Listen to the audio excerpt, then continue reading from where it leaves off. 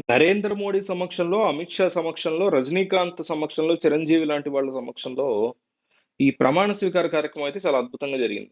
Definitely. అంతవరకు super. అయితే దీన్ని బేస్ చేసుకుని వైసీపీ పార్టీ గాని, వైసీపీకి సంబంధించినటువంటి మీడియా గాని, ముఖ్యంగా సాక్షి ఛానల్ ఒక అంశాన్ని తెర మీద తీసుకొచ్చింది. అది లాజిక్ ఎట్లా ఉందో మీరు చెప్పండి.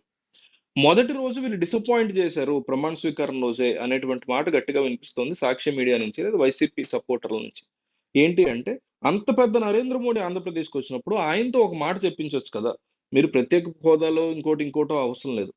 ఏపీకి మేము ఉన్నాము, ఏపీ వైపు మేము నిలబడతాము, ఏపీకి ఏ కష్టం వచ్చినా మేము ఆదుకుంటాము అని చెప్పించవచ్చు కదా. ఎందుకంటే ఇన్నాళ్ళు గతంలో మీరు చూస్తే తిరుపతి సభలో ఢిల్లీ చేస్తాను ఏపీని అన్నాడు ఈయనే, ఈ మహానుభావుడు నరేంద్ర మోడీ.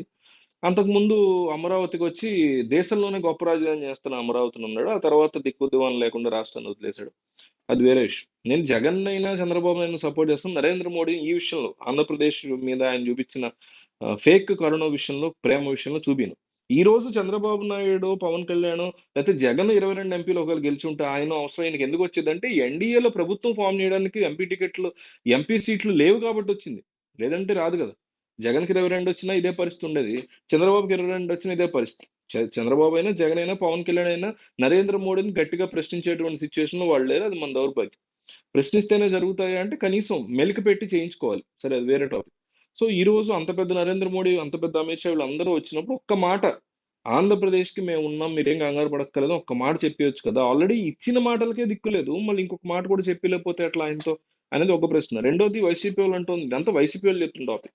ఇంకొకటేంటంటే, ఇంకొక ఆర్గ్యుమెంట్, చంద్రబాబు నాయుడు ప్రమాణ స్వీకారం చేశారు. బానే ఉంది. మరి చేసినప్పుడు మొదటి సంతకం దేని మీద పెడుతున్నారు చెప్పుండాల్సింది గదా. ప్రజలంతా ఎదురు చూస్తున్నారు.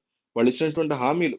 నెల నెలా ఇంత డబ్బులిస్తామని గావచ్చు, ఉచిత బస్సు గావచ్చు, ఉద్యోగాలకు రూపకల్పన గావచ్చు, అనేక రకాల పథకాలు చెప్పి మరీ అధికారంలోకి వచ్చినటువంటి కూటమి, ఈరోజు అధికారంలోకి వచ్చేసారు గాబట్టి, ప్రమాణ స్వీకారం రోజే కాబట్టి, ప్రమాణ స్వీకారం పూర్తయిన వెంటనే ఆయన ఒక మాట, మేము రాగానే ఈ ఈ పథకం ఇవ్వబోతున్నాం మీకు అనేసి చెప్తే బాగుండేది కదా అనేటువంటి వ్యాఖ్యలు కూడా చాలా ఎక్కువగా వినిపిస్తున్నాయి ప్రజల నుంచి గాని, వైసీపీ వైపు నుంచి గాని.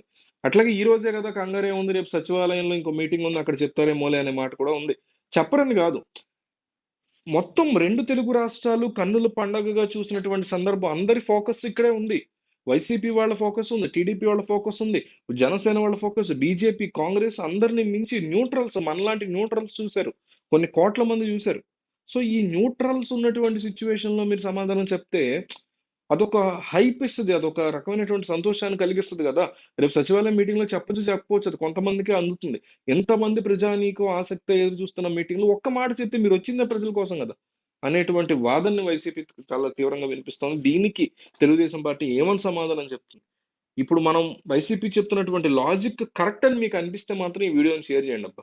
లేదు తప్పు చెప్పారనిపిస్తే రాంగ్ అని కామెంట్ చేయండి. మొహమాటం లేదు. వైసీపీ లేదు, టీడీపీ లేదు, జనసేన లేదు, బీజేపీ లేదు, మోడీ లేదు. ఎవ్వరైనా సరే ఒకటే మనకి.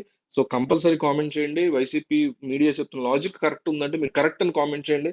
రాంగ్ వాళ్ళు చెప్తున్న లాజిక్ వాళ్ళు కంగారు పడుతున్నారని మీకు అనిపిస్తే రాంగ్ అని కామెంట్ చేయండి. బట్ కామెంట్ అయితే చేయండి.